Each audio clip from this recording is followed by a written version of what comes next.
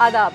इस्तकबाल है आप सभी का हमारे खास प्रोग्राम हेलो परवाज में और मैं हूं आपके साथ तरन्नुम अली। आज के हाईटेक ज़माने में अच्छी हेल्थ और फिट बॉडी पाना हर किसी का ख्वाब है और अच्छी सेहत पाने के लिए हम क्या कुछ नहीं करते, लेकिन औरतें तमाम घरेलू जिम्मेदारियां निभाने के बीच ना अपना ख्याल रख पाती हैं और ना ही अपनी सेहत का। तो आज बात होगी आपकी सेहत की। हमारे साथ मौजूद हैं ऑब्स्टेट्रिशियन एंड गायनेकोलॉजिस्ट डॉक्टर तृप्ति शरण। आपका वेलकम है हमारे शो में। नाजरीन, आप भी हमारे इस प्रोग्राम में शामिल हो सकते हैं। हमारे नंबर्स लगातार आपकी टीवी स्क्रीन पर फ्लैश हो रहे हैं। हमारे नंबर्स हैं 0120258811, 012066938849 और 9205287347। आप हमें इन नंबर्स पर कॉल कर सकते हैं और अपनी सेहत से जुड़े सवाल हमसे पूछ सकते हैं। डॉक्टर तृप्ति, जैसे मैंने अभी कहा कि औरतें जो होती हैं इतनी सारी जिम्मेदारियां निभाती हैं, लेकिन उन सब के बीच कहीं ना कहीं अपनी सेहत के साथ समझौता करती हैं, अपनी सेहत का ख्याल नहीं रखती। तो ऐसी कौन कौन सी चीज़ें हैं जिसे अक्सर औरतें नज़रअंदाज कर देती हैं, जो आगे चलकर बड़ी बीमारियों में तब्दील हो जाती है? तरन्नुम जी, आपने सही कहा। औरतें अपने सेहत पे ध्यान नहीं देती, इसमें कोई दो राय नहीं है। वो अपने खाने पीने पे, अपने एक्सरसाइज करने पे, समय पे व्यायाम करने पे, इन सब दो चीज़ों में सबसे ज़्यादा ध्यान नहीं देती हैं, क्योंकि उनके पास इन चीज़ों के लिए कभी समय ही नहीं होता जी। उसके बाद जो थोड़ी बहुत उनको परेशानियां होती हैं, उन्हें शुरू में लगता है ये तो चलो होती हैं, सभी औरतों को होती हैं, कि चिड़चिड़ापन होना, थकान होना, कमर दर्द होना। वो ये कभी नहीं सोचेंगी कि ये कोई गंभीर बीमारी भी हो सकती है। और मैंने देखा है कि औरतों को जब माहवारी से कोई परेशानी होती है, वो भी आपस में बात कर लेती हैं कि चलो ये तो उम्र के इस दौरान होता ही होता है, और जाके किसी भी चिकित्सक से मिलती नहीं है जी। तो ऐसे में कई बार होता है कि अंदर कोई बीमारी चल रही है और आप उनको पता ही नहीं पड़ेगा। हाँ। तो मेरे ख्याल से उनको अपने लिए समय निकालना चाहिए और जाके डॉक्टर को दिखाना चाहिए। तो एक रूटीन चेकअप जिसे हम कहते हैं वो जरूर करवाना चाहिए। जी बिल्कुल। हर उम्र में अस्पताल भी होते हैं, उनका भी एक वेल वुमेन पैकेज इस तरह से रहता है, जिसमें कुछ कुछ टेस्ट जो हर उम्र के हिसाब से उनको करवाना चाहिए और जो सभी औरतों को करना चाहिए, हर उम्र की औरत को जी। अगर हम आजकल की बात करें तो पॉलीसिस्टिक ओवरी सिंड्रोम हम अक्सर सुनते हैं और बहुत सारे लोग जो है इसके मरीज भी हैं। तो अगर हम ये जानना चाहें कि ये जो सिस्ट होते हैं ये ओवरी में होते क्यों हैं? क्या लाइफस्टाइल का असर है? खाने पीने का ख्याल नहीं रखते, एक्सरसाइज नहीं करते, टेंशन ज़्यादा लेते हैं, क्या इन सब का असर है? देखिए, हमारे देश में क्या है कि डायबिटीज एक बहुत बड़ी बीमारी है। हाँ। हम लोग इंडिया को एक डायबिटिक कैपिटल भी कहते हैं। हाँ, बिल्कुल। और अगर मैं शॉर्ट में कहूँ तो पॉलीसिस्टिक ओवेरियन डिजीज, जिसको हम एक डिजीज कहते हैं, वो एक तरह से डायबिटीज की पहली पौड़ी है। तो वो एक लाइफस्टाइल डिजीज है। ओवरी में सिस्ट नहीं होते हैं छोटे छोटे। ओवरी में जो प्रॉब्लम है वो इसलिए है क्योंकि जो ये लड़कियां हैं, ज़्यादातर ये लड़कियों को होता है, उनके फैमिली में किसी न किसी को डायबिटीज़ की बीमारी होती है और वो डाइट उनकी सही नहीं होती। आजकल बच्चे फास्ट फूड और इस तरह से खाना पीना गलत फूड ज़्यादा खाते हैं। हाँ। बर्गर्स, पिज़्ज़ा, पेप्सी, हाँ। ये सब लेते हैं और एक्सरसाइज बिल्कुल नहीं करते। सारा टाइम फ़ोन पे रहते हैं, व्हाट्सएप, फेसबुक। तो जब हम एक्सरसाइज नहीं करेंगे जी, और इस तरह से हमारे घर में एक हमारे जीन्स में डायबिटीज है, तो हमारे ओवरीज में ये छोटे छोटे सिस्ट बनने लगते हैं, जो कि ये दर्शाते हैं कि अंदर हार्मोनल इम्बैलेंस हो रहा है। अच्छा, डॉक्टर तृप्ति, हमारे साथ एक कॉलर जुड़े हैं पुणे से। हेलो। हेलो जी। मेरा नाम नसीम खान है, मैं पुणे से बोल रही हूँ जी। सवाल बताएं, क्या सवाल है आपका? मेरा वेट भी बढ़ गया है। मेरा 75 का हाथी और 5 किलो बढ़ गया है। एक बार फिर से बताएंगे क्या बढ़ गया है? जी नसरीन, एक बार आप अपना सवाल दोहरा। वजन बढ़ गया है मेरा जी। अच्छा, वजन बढ़ गया है। वजन भी बढ़ गया है और थोड़ा शुगर भी है और थोड़ा बीपी भी बढ़ गया है। क्या उम्र होगी नसरीन जी आपकी? मेरे 40। अच्छा, आपने डॉक्टर को दिखाया है, किसी डॉक्टर को? हाँ जी, सब मैंने चेकअप कराया पूरे। आपके शुगर ठीक चल रहे हैं जी? आपका शुगर ठीक चल रहा है? इनकी शुगर थोड़ी बढ़ी हुई है और वजन भी बढ़ रहा है। तो चेकअप नहीं किया है, जो शुरू स्टार्टिंग में मैंने किया था, तो उसके बाद में अभी मैंने चेकअप नहीं करवाया। नहीं, आप एक काम कीजिए, आप जो खाने पीने में परहेज जैसा आपके डॉक्टर ने आपको बताया होगा वो जरूर कीजिए। उसमें बिल्कुल भी केयरलेस मत होइएगा। एक्सरसाइज अपना करते रहिए और जो डॉक्टर ने आपको दवाई बताई है वो ज़रूर टाइम से खाएं। खाने को आप एक साथ ना खा के थोड़ा थोड़ा करके खाइए। हम लोग कहते हैं कि आप 3 बार खाने के बजाय 6 बार खाएं, थोड़ा थोड़ा करके खाएं, तो इससे आपका जो शुगर है ज़्यादा अच्छा कंट्रोल रहेगा। खाने में आलू, चावल, मैदा, ब्रेड ये सब चीज़ें ना खाएं। घर की रोटी सब्जी सबसे अच्छी होती है, वो खाएं और एक निश्चित समय पर खाएं। और व्यायाम पे ज़रूर ध्यान दें। अगर आप एक्सरसाइज नहीं करेंगी तो ये बीमारी कंट्रोल करना थोड़ा मुश्किल होता है। और समय समय पे अपना ब्लड शुगर ज़रूर टेस्ट कराइए। अगर नहीं ठीक हो रहा है किसी एक दवाई से तो दवाई घटानी बढ़ानी पड़ती है, तो इसका ज़रूर ध्यान रखिए। जी डॉक्टर तृप्ति, आप बता रही थी जैसे कि डायबिटीज़ के बारे में हम बात कर रहे थे, तो कई बार होता है कि प्रेगनेंसी के दौरान कई लोगों को डायबिटीज़ डिटेक्ट होती है, तो ये क्यों होती है और क्या ये प्रेगनेंसी के बाद खुद सही भी हो जाती है? देखिए, प्रेगनेंसी में अगर किसी को डायबिटीज़ हुई है, बहुत कॉमन है हमारे देश में, बहुत कॉमन हो रहा है। इंडिया एक वो एथनिक कंट्री है जहाँ पे हर कोई एट रिस्क है। अच्छा। इसीलिए WHO के हिसाब से हमारे गवर्नमेंट ऑफ इंडिया की गाइडलाइंस हैं कि हर गर्भवती महिला को फर्स्ट टाइम जब वो आती है अस्पताल में, उसका शुगर टेस्ट हम जरूर कराते हैं। अच्छा। हम इसको GTT कहते हैं, 75 ग्राम ग्लूकोज दे के उसके 2 घंटे के बाद ब्लड टेस्ट करते हैं। इससे ये मालूम पड़ता है कि उसको कितनी टेंडेंसी है प्रेगनेंसी में डायबिटीज होने की। अच्छा। ठीक है। और अगर वो नेगेटिव होता है तो हम दोबारा करते हैं, 2 बार जरूर करते हैं। और प्रेगनेंसी में डायबिटीज क्योंकि एक बहुत ही ऑलमोस्ट एवरी सेकेंड थर्ड घर में कोई ना कोई डायबिटीज वाला होता है, ये तो फैमिली हिस्ट्री रहती है। और डायबिटीज होने से बहुत प्रॉब्लम्स हो जाती हैं प्रेगनेंसी में, इसलिए ज़रूरी है डायबिटीज़ का ध्यान रखना, ये दिमाग में रखना। जी, अभी आपके पास बहुत सारे पेशेंट्स आते होंगे, बहुत सारी ऐसी फीमेल्स आती होंगी, तो उनमें कितने % को अगर हम बात करें तो शुगर जो है वो डिटेक्ट होती है डायबिटीज़? % एग्जैक्ट तो नहीं मैं बोलूँगी, बट अगर हम ओवरऑल बात कर रहे हैं तो आई वुड से 25% तो होती ही हैं डायबिटीज प्रेगनेंसी में, बहुत कॉमन है। और इनमें से ऑलमोस्ट 90% जेस्टेशनल डायबिटीज कहते हैं हम उसको, जो ड्यूरिंग प्रेगनेंसी में डिटेक्ट होती है। अब मैं ये नहीं कह रही हूँ कि प्रेगनेंसी के पहले थी कि नहीं थी या बाद में रहेगी कि नहीं, लेकिन जो फर्स्ट डिटेक्ट होती है प्रेगनेंसी में ऑलमोस्ट 90% उन केसेस में से होती है।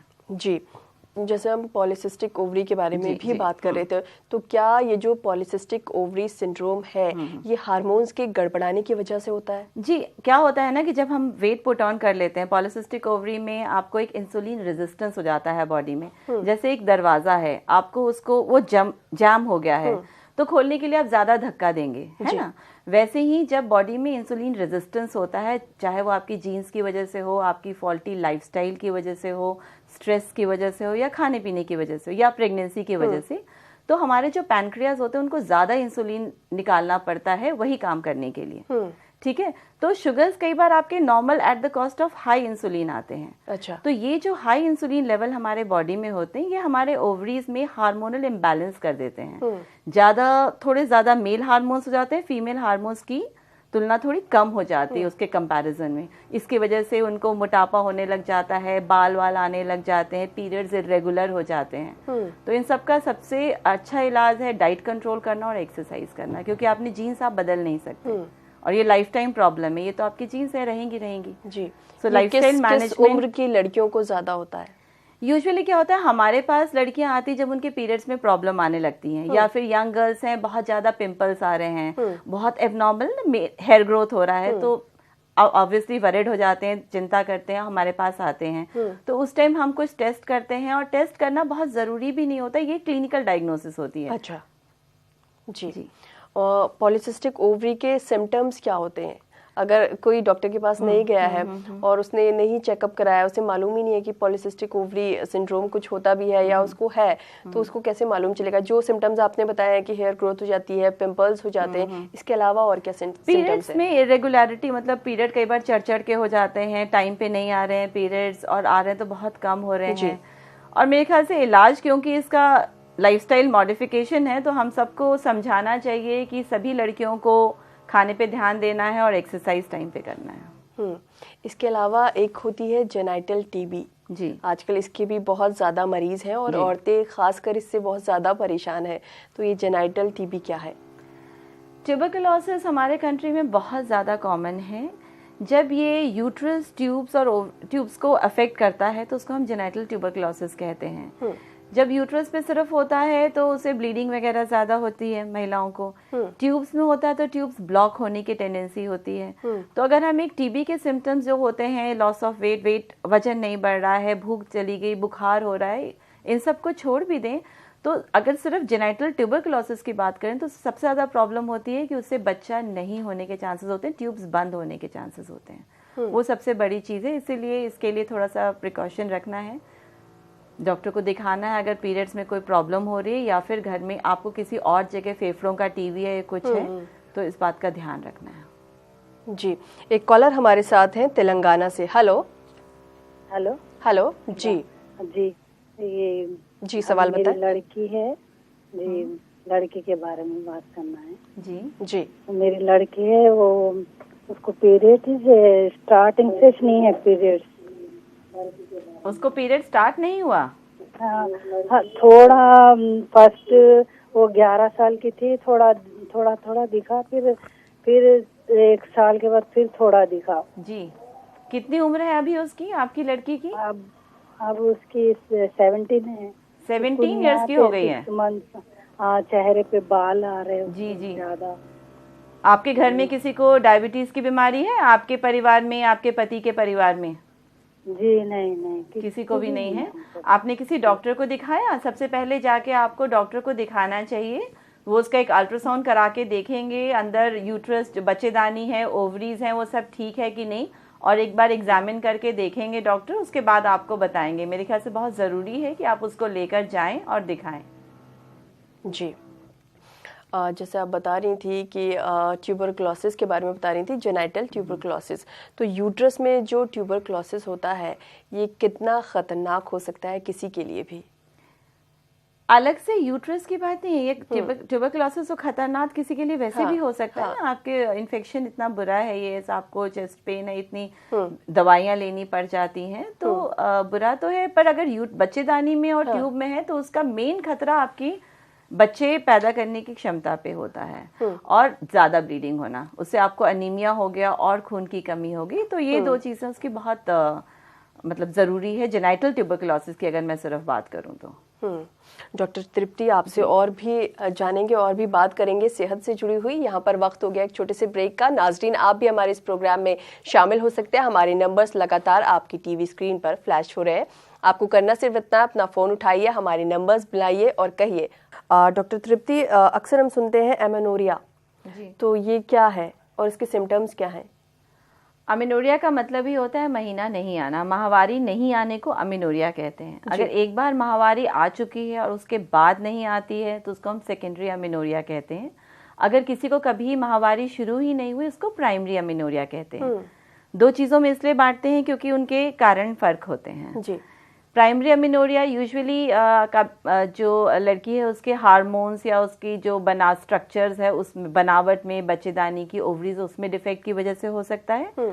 जो सेकेंडरी अमेनोरिया होती है, जो कि एक बार माहवारी आने के बाद बंद होती है, उसके अलग कारण होते हैं। सबसे बड़ा कारण, सबसे कॉमन कारण प्रेगनेंसी होती है, वो है। उसके अलावा हार्मोनल इम्बैलेंस जैसे कि शुगर में, पीसीओडी में, थायराइड की प्रॉब्लम्स में, इनमें होता है। जी, एक कॉलर हमारे साथ हैं कर्नाटका से। जी, हेलो हेलो हेलो जी, बताएं क्या सवाल है आपका? जी मैडम, मेरा सवाल है कि मेरा 18 साल शादी किया हो गया, हमें बच्चा नहीं हो रहा है, बहुत हम इलाज करा, दवा करा। आपका एक भी बच्चा नहीं है? जी नहीं मैडम। और आपकी शादी को कितना टाइम हो गया है? 18 साल। 18 साल हो गए हैं। अब कितनी उम्र हो गई आपकी? उम्र हो गया 30। अच्छा, आपकी शादी बहुत कम उम्र में हो गई थी शायद। आपने किसी को दिखाया है? 14 साल की उम्र में शादी हुआ था। अच्छा, 14 साल की उम्र में आपकी शादी हो गई थी। ऐसा है, आप अपने पति के साथ रहती हैं कि पति कहीं बाहर रहते हैं? हेलो। हाँ, पति के साथ में रहते हैं। और किसी को दिखाया आपने? बहुत दिखाया, बहुत इलाज कराया। देखिए, मेरे ख्याल से तो बच्चा अगर नहीं होता है तो 3-4 कारण बहुत ज़रूरी हैं देखना। एक तो सबसे पहले पति का देखना कि पति में कोई कमी तो नहीं, उनके वीर्य में कोई कमी तो नहीं है, वो देखना। दूसरा आपका टेस्ट करना कि आपके ट्यूब्स खुले हैं कि नहीं, जो छोटे छोटे अंडे बनते हैं हर महीने वो बन रहे हैं कि नहीं, बच्चेदानी के अंदर कोई परेशानी तो नहीं है जिससे कि अगर बच्चा बनता है उसमें ठहरता नहीं है। तो इन तीनों चारों चीज़ों को देखने के लिए आपको डॉक्टर को दिखाना पड़ेगा जाके, और आप एक बार सलाह लीजिए किसी एक जगह में। इस तरह की प्रॉब्लम का ट्रीटमेंट थोड़ा लंबा चलता है, थोड़ा पेशेंस चाहिए रहता है, और थोड़ा सा आपको स्ट्रेस छोड़ना पड़ेगा। जितना हम स्ट्रेस करते हैं, जितना दिमाग में तनाव होता है, उतना बच्चा होना मुश्किल होता है। तो आप इन दोनों तीनों बातों पे ध्यान दीजिए और एक पॉजिटिव माइंड के साथ अपने डॉक्टर को दिखाइए।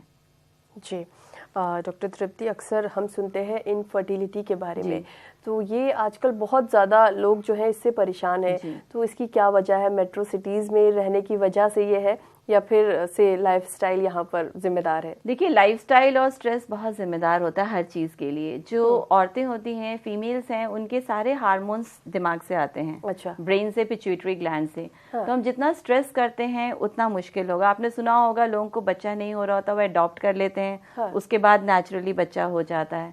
तो क्योंकि जब बच्चे की चाह होती है, बहुत सोशल प्रेशर होता है किसी भी कपल पे, तो इन सब चीज़ों की वजह से हम जितना कोशिश करते हैं उतना और बच्चा नहीं होता। बट अगर हम ये स्ट्रेस फैक्टर को हटा भी दें तो और जो कारण है, जैसा मैं अभी बता रही थी आपको, ट्यूब्स बंद होना, हस्बैंड में परेशानी होना, आजकल हस्बैंड भी बहुत स्ट्रेस में रहते हैं, सिगरेट स्मोकिंग, अल्कोहल, ये सब चीज़ें बहुत लाइफस्टाइल प्रॉब्लम्स हैं, ये सब हैं। ऑन कॉल मेट्रो में रात में नाइट ड्यूटीज़ करते हैं लोग, उससे भी बहुत फ़र्क पड़ता है। और बाकी आपके जो हार्मोनल डिस्टर्बेंसेस हैं जो हमने बात करी, थायराइड की, शुगर्स की, इन सब चीज़ों से भी फ़र्क पड़ता है। तो एक आपको अच्छे से चेकअप कराना पड़ता है, देखना पड़ता है प्रॉब्लम कहाँ हो रही है। एक कॉलर है हमारे साथ लाइन पर, सुल्ताना। हेलो। अस्सलाम वालेकुम। जी वालेकुम सलाम, बताएं सवाल क्या है आपका? जी डॉक्टर से बात करना है। बिल्कुल, वो आपको सुन रही हैं, आप अपना सवाल पूछिए। जी, मेरी बच्ची की एज 23 है। अच्छा जी, 23 एज है। उनका पीरियड्स सही नहीं आ रहा, उनको पेट में फुंसियाँ हैं बोल के बोले डॉक्टर। पेट में फुंसियाँ हैं? जी। अच्छा। तो फिर मैं लेडी डॉक्टर खान जाके फर्नाडिस में ट्रीटमेंट कराई। उनका डॉक्टर सब टेस्टिंग करे, हार्मोन्स वगैरह करके बोले कि आपको कुछ बीमारी नहीं है, खाली विटामिन डी की कमी है, आप एक्सरसाइज करिए बोले। जी। तो विटामिन डी तो गोली लिए हो ना, फिर भी 3 मंथ 2 मंथ कभी 6 मंथ के बाद उनका डेट आ रहा। अच्छा, आपने उम्र बताई उनकी 23 साल। कितने साल से पीरियड आ रहा है उनको? महीना कितने साल हो गए आते हुए? उनको 1 ईयर से ये प्रॉब्लम हो रहा। जी जी, ऐसा है जैसा आपके डॉक्टर ने कहा, विटामिन डी कमी है, तो उसको तो आप गोलियां ले रही होंगी उसकी, है ना। उसके अलावा आप व्यायाम कीजिए और बाकी अल्ट्रासाउंड में देखिए, जैसा उनको हो सकता है पॉलिसिस्टिक ओवेरियन डिजीज़ हो, थोड़ा हार्मोनल इम्बैलेंस हो, तो उनसे कहिए कि जैसा उनके डॉक्टर ने कहा है व्यायाम करें, वो उनका सबसे बड़ा इलाज है। और अगर महीना आपको लगता है 2-3 महीने से ज़्यादा नहीं आ रहा, तो दवाइयाँ होती हैं, वो गोलियाँ लें ताकि महीना रेगुलरली आता रहे। वेट रिडक्शन पे ध्यान दीजिए, वजन को थोड़ा सा कम करें, कम से कम 5 से 10% कम होना चाहिए वजन उनका, अगर वजन ज़्यादा है तो। बाकी महीना बहुत टाइम पे नहीं आता तो उससे आपको तनाव होगा, तो बेहतर है कि उसके लिए गोली लें। महीने को नियमित करने के लिए गोलियां आती हैं, वो प्लीज़ लीजिए। जी। और डॉक्टर तृप्ति, इनफर्टिलिटी से ही जुड़ी हुई एक टेक्निक है IVF। जी। तो ये IVF जो है ये कितनी मददगार है और इसका जो सक्सेस रेट है वो कितना रहता है? देखिए, IVF आजकल तो लोगों को प्रेगनेंसी करने के लिए बहुत अच्छा तरीका हो गया है। पहले एक टाइम था अनडायग्नोस्ड इनफर्टिलिटी जिसको कहते थे, जिसमें कोई चीज़ नहीं आ रही है, डायग्नोसिस नहीं हो रही है, तो भी लोगों को बच्चे नहीं हो रहे। ऐसे लोगों के लिए ये एक बहुत बड़ा वरदान है। जी।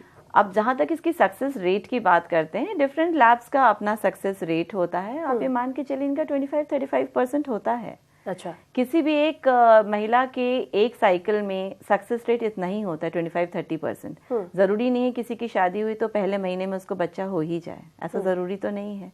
ऐसे ही IVF साइकिल में ऐसा 100% कोई भी नहीं कह सकता, बट बहुत सारे सेंटर्स का इससे भी बेहतर सक्सेस रेट है। एक कॉलर हमारे साथ लाइन पर है, Sumaiya. Hello. Hello. Hello. Hello. जी सुमैया। जी वालेकुम सलाम। सुमैया, बताएं क्या सवाल है आपका? हाँ, मेरी बेटी 3 महीना प्रेग्नेंट है। बच्ची फिजिकल थायराइड है, हम डॉक्टर ने कहा चेकअप कराए तो ये सभी नॉर्मल है, ब्लड क्या नॉर्मल है, तो आया थायराइड की टैबलेट अब बताइए नहीं। जी डॉक्टर तृप्ति, आपको इनसे कुछ और जानना है? आपने कितने महीने हैं प्रेग्नेंट? आपकी जो बेटी है वो प्रेग्नेंट है आपने बताया? 3 महीने। 3 महीने। और थायराइड की कमी बताई है उनको? हाँ, थायराइड के 50 पावर का बिल्ला था, टैबलेट डालती थी रोज भी। हाँ, तो आपको रोज गोली कही होगी खाने के लिए ना? हाँ, रोज खाने के लिए। अब डाल सकते हैं, नहीं डाल सकते हैं? नहीं, बिल्कुल आपको थायराइड को बिल्कुल करेक्ट करना चाहिए प्रेगनेंसी में। अगर आप नहीं करेक्ट करेंगी तो प्रेगनेंसी में भी प्रॉब्लम हो सकती है आपकी बेटी को, और आगे चल के बच्चे को भी हो सकता है। तो थायराइड को करेक्ट करना बहुत ज़रूरी है। आप अपनी गोलियां मिस मत कीजिए, और हर 1.5-2 महीने में थायराइड चेक करके उसकी डोज ऊपर नीचे करनी पड़ती है, वो कराते रहिएगा। जी, औरंगाबाद से एक कॉलर है हमारे साथ, अहमदी बेगम। हेलो जी। Hello sir. हेलो जी। हेलो मैम जी, सवाल बताएं। जी, मेरा सवाल ये है कि मुझे दो साल पहले मेरे को टीबी हो गया था, लंग्स प्रॉब्लम हो गया था। अच्छा। तो लंग्स प्रॉब्लम होने की वजह से मैं टीबी का कोर्स कर ली, 6 मंथ हो गए थे। उसके बाद में मेरे को पीरियड्स इरेगुलर होते होते अब 2 साल में वेट बहुत ज्यादा बढ़ गया मेरा। अच्छा, उसके प्रॉब्लम बताइए। और मैं जब थायराइड का टेस्ट भी कराई अब, तो यूट्रस पे थायराइड तो नहीं है बोल के नॉर्मल बता रहा, लेकिन मेरा वेट बढ़ने की वजह उल्टा कम बढ़ते जा रहा, कम होने की वजह बढ़ते जा रहा। नहीं, पर आपका वेट कम करने के लिए कुछ बोलिए। वेट कम करने के लिए आप खाने पे परहेज रखिए और व्यायाम कीजिए। आप ये बताइए आप कितना एक्सरसाइज करती हैं? एक्सरसाइज तो दिन भर मैं टीचर हूँ तो काम ही करते रहती हूँ। नहीं, पर वो काम एक्सरसाइज नहीं होता। ये सबसे बड़ी गलती करती हैं महिलाएं कि जो आपका काम है वही एक्सरसाइज है। थोड़ा सा टाइम निकालिए अपने लिए, और कम से कम 20 से 30 मिनट वॉक कीजिए डेली। कम से कम ये करें। बाकी और भी एक्सरसाइज कर सकती हैं, बट एक्सरसाइज कीजिए और खाने में परहेज रखिए। आपके टीबी का इलाज हो गया है, अब आपने खाना शुरू किया होगा, तो हो सकता है कई बार थोड़ी सी इरेगुलरिटी हो जाती है और खाने पीने में परहेज नहीं करते हैं, तो वो सब परहेज करना शुरू कीजिए और एक्सरसाइज कीजिए। जी डॉक्टर तृप्ति, हेल्दी लाइफस्टाइल के लिए, हेल्दी रहने के लिए आप क्या खाएं, क्या नहीं खाएं, किस तरह की एक्सरसाइज करें, तो हमारे व्यूअर्स को आप बताएं कि वो क्या खाएं, क्या ना खाएं, किससे हेल्दी रहें। देखिए, हेल्दी फूड सबसे पहले तो घर का खाना होता है जी, और घर में ज़रूरी नहीं हर कोई बिल्कुल हेल्दी खाए, बट तेल कम यूज़ करें। कार्बोहाइड्रेट्स जो होते हैं जैसे आलू है, चावल है, मैदा है, वाइट ब्रेड है, ये सब चीज़ें कम यूज़ करनी चाहिए खाने में। आप सब्जियां अच्छे से लीजिए, सैलेड्स लीजिए, फ्रूट्स खाइए, और जो अपना रेगुलर मील्स है ये एक टाइम पे खाइए। बिल्कुल अनियमित किसी भी टाइम पे उठ के बच्चे से 12 बजे उठ रहे हैं इस तरह से मत कीजिए। रात के 1 बजे खा रहे हैं, 6-6, 7-7 घंटे बिना खाए फास्टिंग है, इस तरह से नहीं करना चाहिए। एक नियमित टाइम पे खाना खाइए, खूब सारा पानी पीजिए और एक्सरसाइज के लिए टाइम निकालिए। जी, हमारे साथ बरेली से लाइन पर है सोनल। हेलो हेलो, ये कह रही हूँ 2 साल हो गई शादी को, और अभी कोई बच्चा नहीं है, क्योंकि महीने ठीक नहीं है इनका। कभी 2 महीने लेट आता है, कभी 3 महीने, कभी 15 दिन, कभी 1 हफ्ता लेट। तो इसके लिए क्या करें? किसके बारे में पूछ रहे हैं? अपनी बेटी के बारे में? किसका बहू है? आपकी बहू है? अच्छा, अपनी बहू को आपने दिखाया है एक बार? हो सकता है कुछ थोड़ी दिखाया है, तो वो कहती है हार्मोन डिसबैलेंस है उनके। हाँ, हार्मोन्स अगर इम्बैलेंस्ड है तो उसको करेक्ट करने के लिए गोलियां आती हैं। तो आई एम श्योर आपके डॉक्टर जो हैं वो आपको गोलियां जरूर देंगे हार्मोन्स को रेगुलर करने के लिए। तो 3 महीने का कोर्स दो जगह से हमने करवाया, तो 3 महीने का कोर्स दिया वो गोलियों का, कि एक दिन भी नागा ना हो जी। तो वो 2 बार कर लिया। हाँ, फिर भी कोई फायदा नहीं है। नहीं तो आप दवाइयाँ बंद करके, उनका महीना अभी भी ठीक से नहीं आ रहा है? आप दवाइयाँ बंद कर दी। तो अब जैसे कि वैसे तो पहले तो जब इनकी शादी भी नहीं हुई थी तो 6-6 महीने भी नहीं आता था महीना। अच्छा। अब ये है कि कभी 2 महीने लेट, कभी 1 महीना लेट, कभी कभी ऐसा होता है कि हफ्ता भर भी लेट होता है, पर है लेट ही।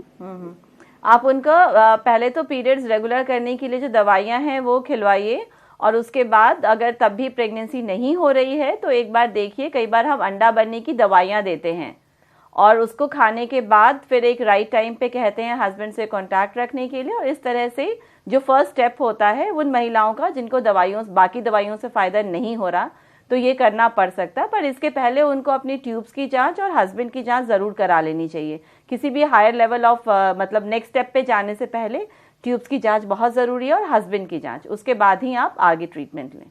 जी डॉक्टर तृप्ति, हमारे पास वक्त थोड़ा सा कम है, लेकिन चलते चलते मैं आपसे एक सवाल ज़रूर जानना चाहूँगी। आप जैसे हेल्दी लाइफस्टाइल की बात करी थी, खाने की बात करी थी कि क्या खाएं क्या ना खाएं, तो जो ऑयल्स हैं उन्हें लेकर लोग बड़ा कंफ्यूज रहते हैं। रिफाइंड इस्तेमाल करें, ऑलिव ऑयल इस्तेमाल करें या फिर मस्टर्ड ऑयल, क्या सही है? देखिए, हमारे यहाँ खाना इंडियन जो फूड है ऑयल में पकता है। हाँ। हम लोग कोई भी बॉइल्ड फूड नहीं खाते। हाँ। हम कोशिश कर सकते हैं कि हम ऑयल को कम से कम यूज़ करें और कोई सा भी तेल यूज़ करें। मस्टर्ड ऑयल वगैरह ज़्यादा अच्छा, जो तेल जमता नहीं है वो ज़्यादा अच्छा मानते हैं। तो वैसे भी रिफाइंड ऑयल्स भी हो गए सारे और मस्टर्ड ऑयल भी है।